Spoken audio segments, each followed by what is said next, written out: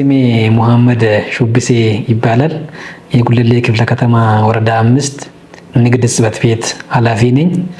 የስድስት ወር አፈጻጸም የ2018 በጀት ዓመት የስድስት ወር አፈጻጸም በአጭሩ እንደሚከተለው ለማቅረብ ሞክራለሁ።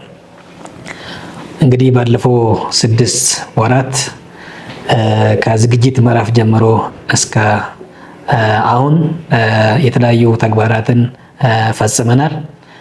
የተሻለም ፈጽመናል ብለን እናስባለን። ያ ማለት ደግሞ ብቻችን ተቋማችን ብቻ ሳይሆን ሌሎች አጋር አካላት፣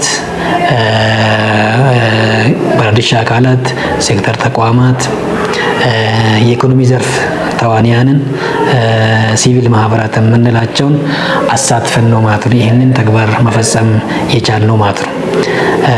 በመጀመሪያ ደረጃ ከግብይት ዘርፍ አኳያ የቀዳሚ አድርገን የምናየው የቅዳሜና እሁድ ገበያ ነው ማለት ነው። የቅዳሜና እሁድ ገበያን ለመረጋጋት የከተማ አስተዳደራችን አንዱ ኢኒሼቲቭ ስራ ነው። ዋና በንግድ ቢሮም በንግድ ጽሕፈት ቤት ዋና ተግባር ነው ማለት ነው። በዚህ 6 ወራት የገበያ መዳረሻ የቅዳሜና እሁድ ገበያ መዳረሻ ከ2 ወደ 3 እናሳድጋለን ብለን አቅደን ወደ 3 ማሳደግ ችለናል። ማሳደግ ብቻ ሳይሆን ስታንዳርዱም እንዲጠበቁ ከተማ አስተዳደሩ በሚፈልገው ልክ ስታንዳርዱን እንዲጠብቁ ማድረግ ተችሏል ማለት ነው።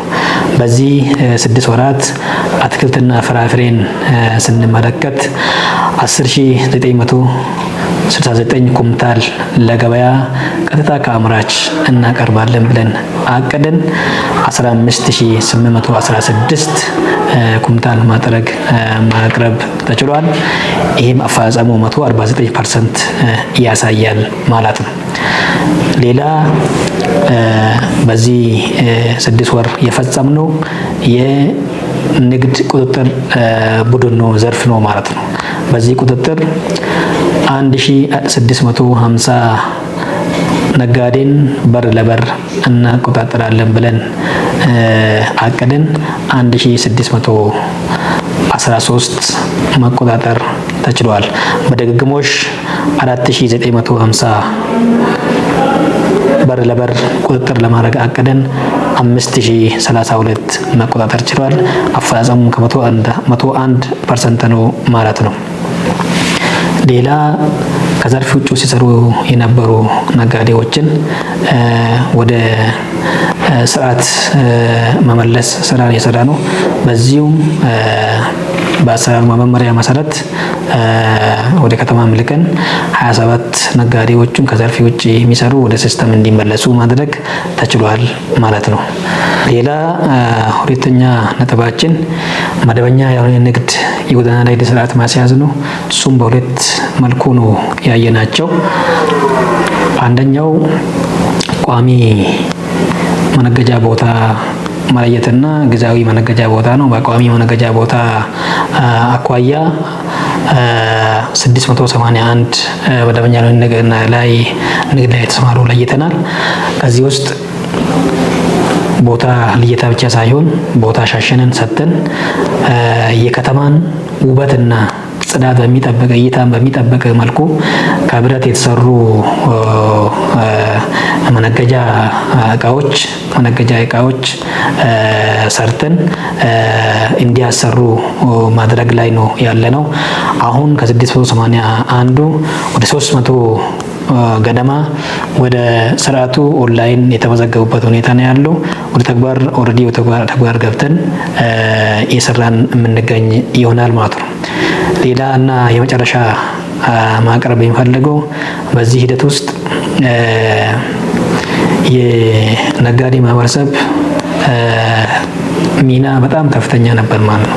ነጋዴ ማህበረሰብ ሚና ከፍተኛ ነበር። ነጋዴ ማህበረሰብ እንደምታውቀው ለከተማችን እድገት፣ ለከተማችን ልማት፣ በተለይ ኮሪደር ልማት እኛ ጋር ደግሞ ሞዴል ብሎክ ስራዎች ለኢኒሼቲቭ ስራዎች ቀላል ስራ አልነበር ማለት ነው። ለዚህ ደግሞ ተቋማችን በተለያየ ጊዜ በሚኒ መድረክም በትልቅ መድረክም እያወያየን ወደ አግባር እያስገባን እንዲያግዙ እያደረግን እየተግባባን ስንሰራ የቆየንበት ሁኔታ ነው ያለው ማለት ነው። ከኢኒሼቲቭ ስራዎች አንጻር ነጋዴ ማህበረሰቡ ያሰራ ነው። አንደኛው የሰው ተኮር ስራ ነው ማለት ነው። የሰው ተኮር ስራ ከማዕድ ማጋራት፣ የቤት እድሳት አንድ ቤት ነው አፍርሰን ያደስ ነው። የቤት እድሳት፣ በዓላት ላይ የሰው ተኮር ስራ፣ የማዕድ ማጋራት፣ ይሄ በጥቅሉ በተቋማችን ብቻ በንግድ ጽሕፈት ቤት ብቻ አስተባባሪነት ብቻ ወደ ብር ሲቀየር 1 ሚሊዮን ገደማ ይህ ነጋዴ ማህበረሰቡ ብር አዋጥቶ አስተዋጽኦ ያደረገበት ሁኔታ ነው ያለው። ስለዚህ የወረዳችን ልማት የወረዳችን እድገት የነጋዴ ማህበረሰቡ ሚና ከፍተኛ እንደሆነ ከዚህ አኳያ በደንብ በዚህ አፈጻጸማችን አይተናል ማለት ነው። ባጭሩ የ6 ወር አፈጻጸማችን ደካማ ጎኖቹና ጠንካራ ጎኖቹን በደንብ ከባለድርሻ አካል ጋር ገምገምን። ደካማ ጎኖቹን ወደ ፊት ለማስተካከል፣ ጠንካራ ጎኖቹን ደግሞ ለማስቀጠል በዛ ልክ ገምገምን። በዚህ አጋጣሚ የመደብነው መንግስቱ አንዱ ግብ የሆነው የኢኒሼቲቭ የመደብነው መንግስቱ አንዱ ግብ የሆነው የመቀነስ ግብ ኑሮ ውድነትን መቀነስ ነው ማለት ነው። ኑሮ ውድነትን መቀነስ ነው። የኑሮ ውድነት ስንቀንስ የእሁድ ገበያ ማስፋፋት አንዱ ግባችን ነበር ማለት ነው።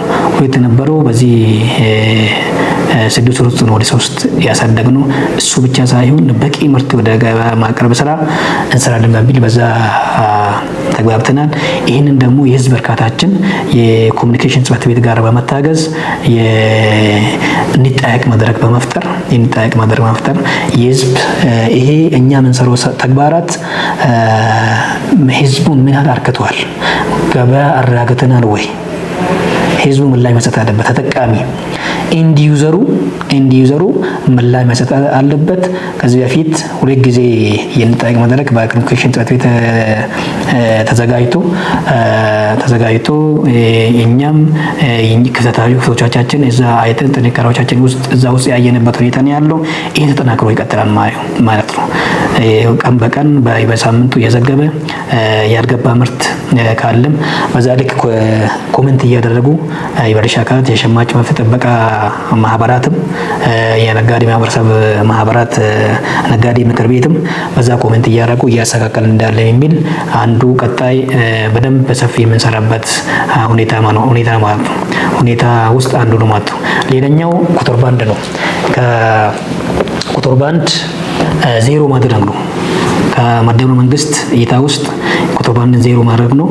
ህገወጥን ዜሮ ማድረግ ነው።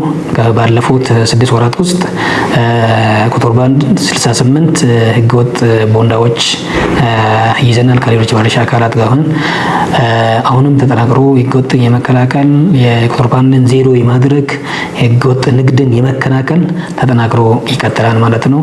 ስላዳመጣችሁኝ አመሰግናለሁ።